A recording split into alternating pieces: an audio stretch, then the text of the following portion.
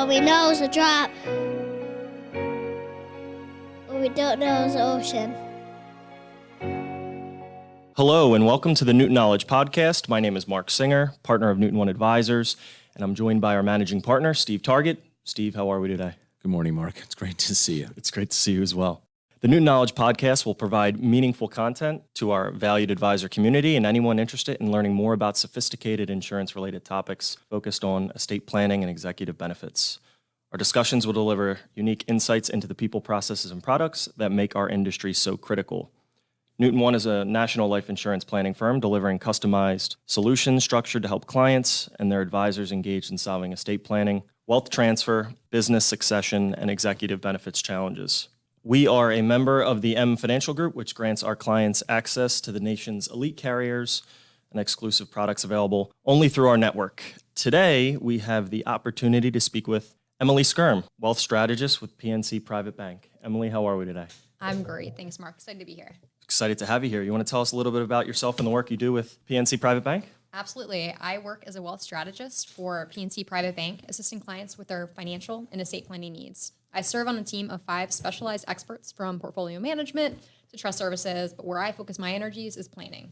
I joined PNC in 2010 after graduating from Grove City College and have really grown up in the industry since. I have my CFP designation and I also hold my CLU designation, but happily hand off all insurance-related matters to the experts here at Newton One. And I'm just really honored to be here and excited for our topic today.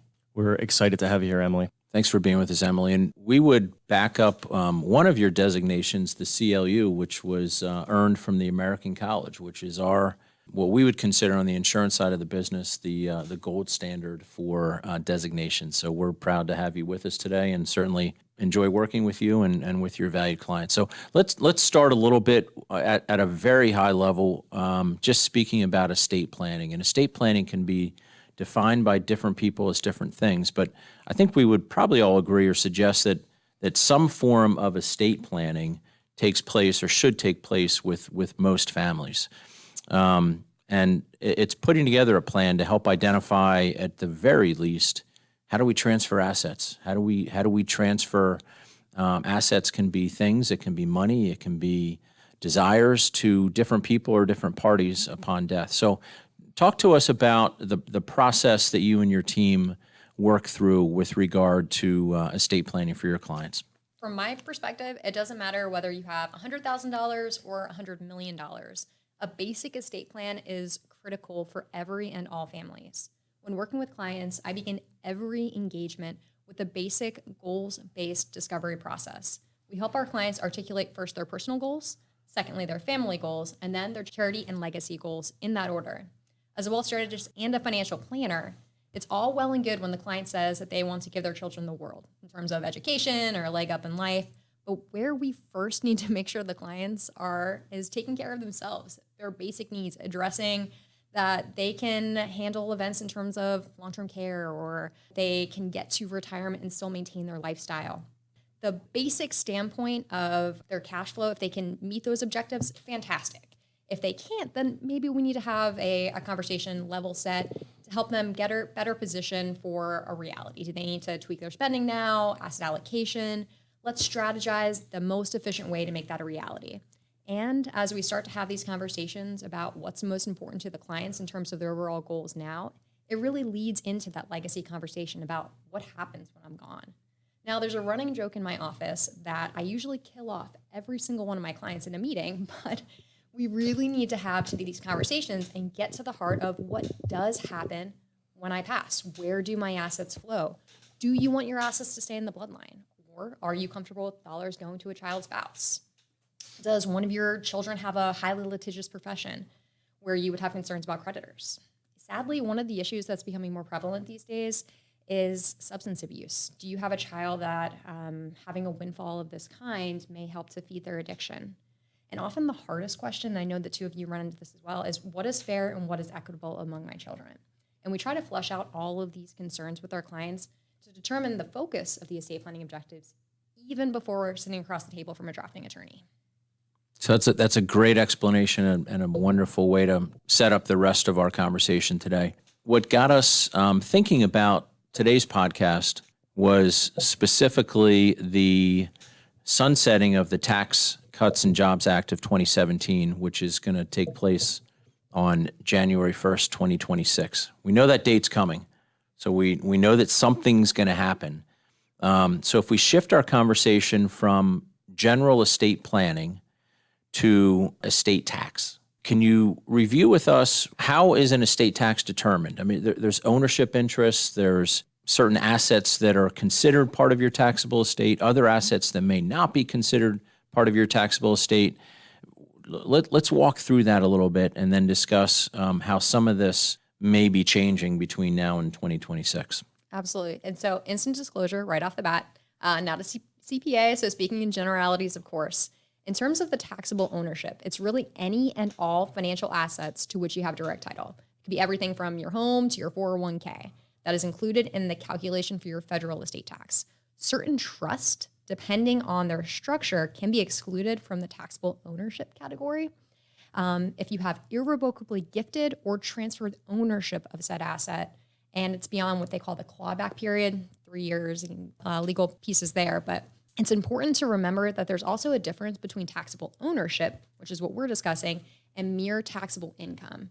For example, you might receive income from a trust that was irrevocably set up for your benefit, and you need to pay income taxes on any income that is paid to you on a regular basis. If you don't have what they call the ability to grant the ownership of that trust beyond your passing or a general power of appointment, that's not included in your tax in terms of your federal estate tax bill. So it really just depends on how the trust is set up, whether or not it's included in your overall estate tax from that perspective. That's getting into the weeds a little bit. In terms of the numbers, and we always try to look at things from the perspective that things are always changing, taxes being one of the most certain in life, and that we're in large not trying to have the tax tail wag the dog. Taxes are always a big concern for individuals, whether it's your taxes that we talked about, the income taxes on a regular basis. What happens when I pass? How much is going to go to the federal government or the states when that time comes? Currently, we're in a period of really inflated federal tax exemptions. Currently, for an individual, it's $12.92 million and nearly $26 million for a married filing joint couple. After sunset, those figures will revert with the cost of living adjustment expected to be, for rounding purposes, around $7 million per person. Pretty significant haircut from where we are right now. 7 million versus almost 13 million today. Exactly. Yeah, that is significant. And that changes the number of families, of course, that potentially could be subjected to estate taxes. Absolutely. Can we talk a little bit about what an estate tax is, what the percentages are? I mean, is it a large number? Is it a small number? Do we think that number is going to stay the same? Of course, we're not predicting anything, but we're just having a loose conversation. It sounds like you're asking me to get my crystal ball out and kind of project the future. I can't do that. But I will say, all kidding aside, in our industry, we always anticipate and expect that taxes are going to have to rise. We live in a country that is expensive to live in, from maintaining our infrastructure, our military, just the entitlement programs from Medicare and Social Security. There's a lot that our government needs to pay for in order to meet the obligations for its citizens. That money needs to come from somewhere.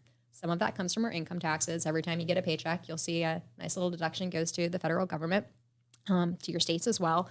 But from the federal estate tax standpoint, that's another way for the government to get some additional revenue and resources, but they don't want to hurt everyday Americans. So they set some limits as to where that starts. And that's the numbers that we were talking about in the last question. When we actually look at the future, again, very hard to predict, we can only really anticipate that from an income tax standpoint, things are going to rise. From a federal estate tax standpoint, we know for certainty that on January 1st of 2026, things will, what they call sunset, go back to where they were before, that $7 million per person. In relationship to that exemption going back to where it is right now, a lot of my peers aren't really anticipating that that will happen.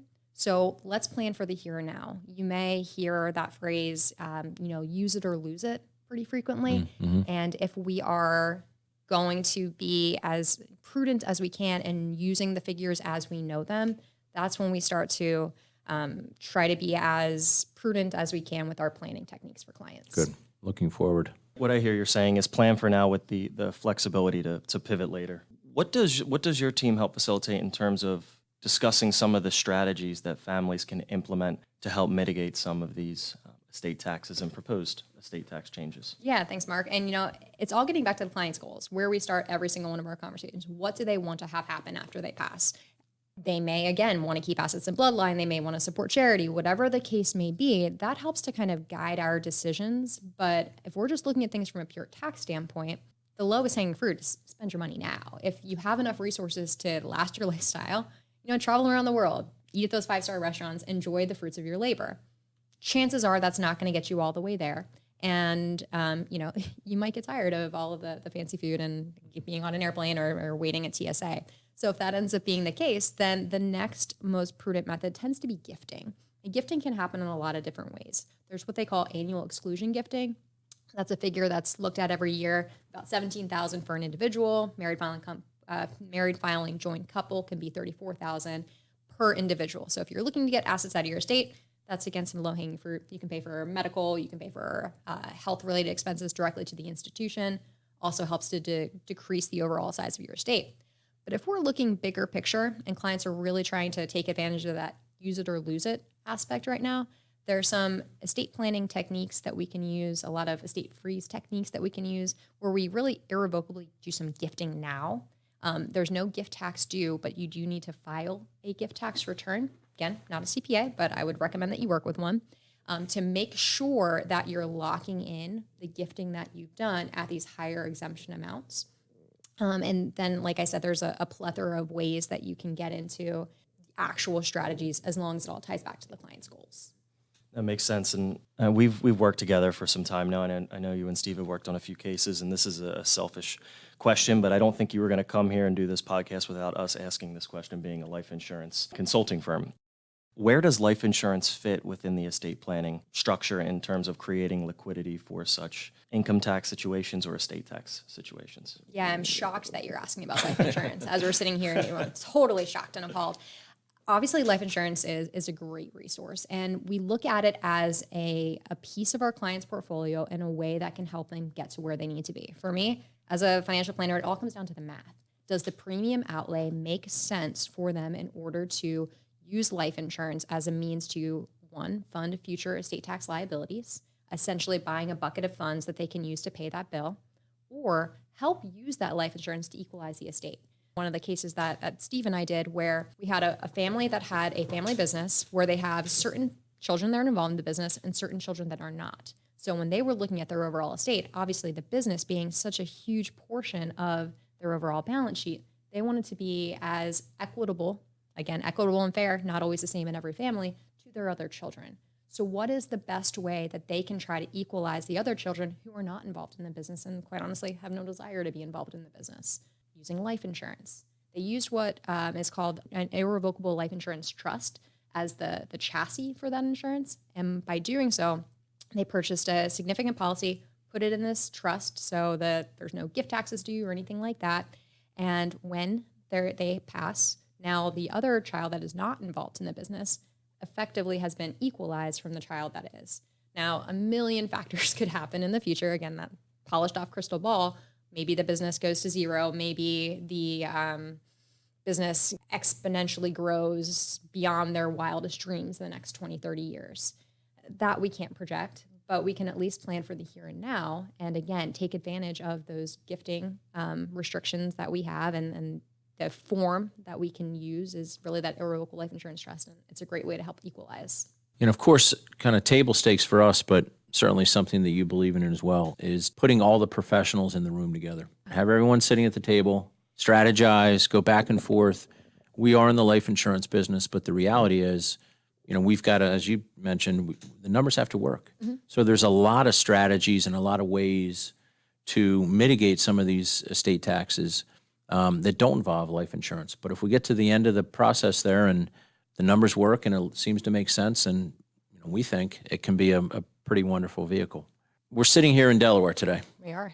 Sunny Delaware. Beautiful, sunny Delaware. I think it would be surprising if we didn't bring up some of the advantages that Delaware Trust or other Delaware tax planning may hold for some of our clients. So let's talk a little bit about that. Have you seen that as an opportunity? Absolutely. So Delaware itself, we usually just see it as that sales tax haven. People can come across the border and go to Christiana Mall or anywhere and buy things without sales tax. But there are a lot of estate planning benefits, not just shopping benefits in Delaware, and a few different trust structures that are, I would say, more unique to Delaware than they are to other states. I would have said only unique to Delaware, but certain states have changed some of their estate laws to be a little bit more favorable than they used to be, but they're still, I would say, several decades away from the support that we have in terms of Delaware here. Two of the most popular trusts that we hear about are the Delaware Asset Protection Trust, or APT, as you'll commonly see it, which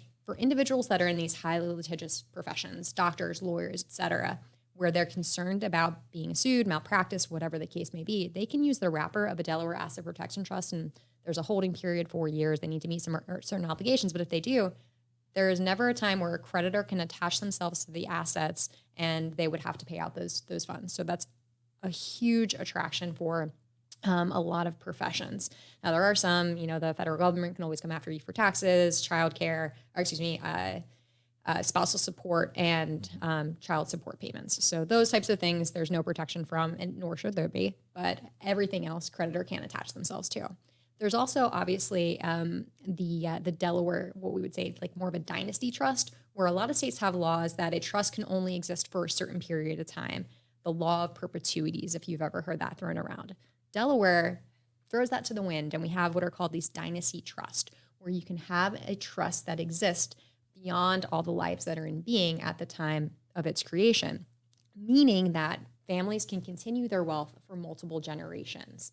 So that's, again, a real unique component of Delaware, and going to get a little bit nerdy on you, but one of the things that also is pretty unique to Delaware is our court system. So we have the chancery courts that are here, unique to Delaware, that focus solely on the trust and estates business. And when you're specifically in trust and estates, they have the ability to have judges and clerks and staff that understand that business so much better than other jurisdictions where they're tied in with all of the other civil cases that may come across the docket. So if you need to make a change to a trust, you can file a non-judicial settlement agreement, an NJSA, much faster than you could potentially in a different jurisdiction. Steve and I love nerdy, so please keep nerding out.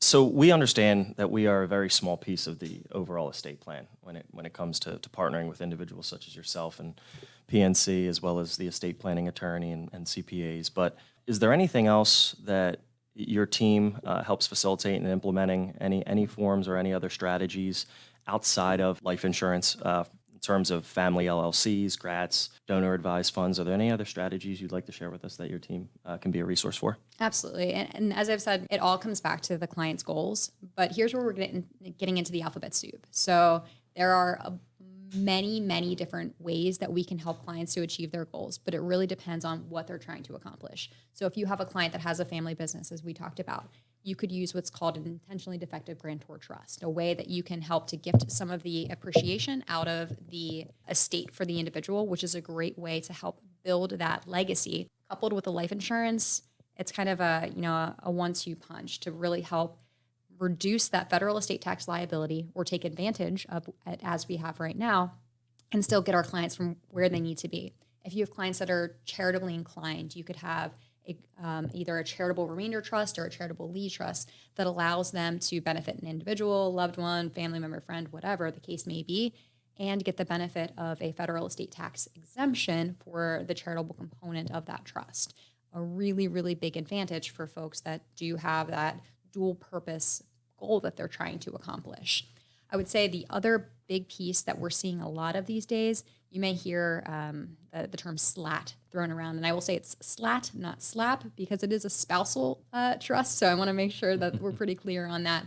So it's a spousal lifetime access trust, where you're effectively still allowed to have the other spouse have access to those funds for meeting their obligations, paying their bills, mortgage, whatever the case may be, but you've effectively taken that out of your estate for federal exemption purposes. So for clients that are a married, happy couple, and they have maybe 22 million, and they're looking to lock in that exemption amount because they know it's going to go down to 14 pretty quickly for the two of them, they are able to use a SLAT in order to reduce some of that federal exemption amount.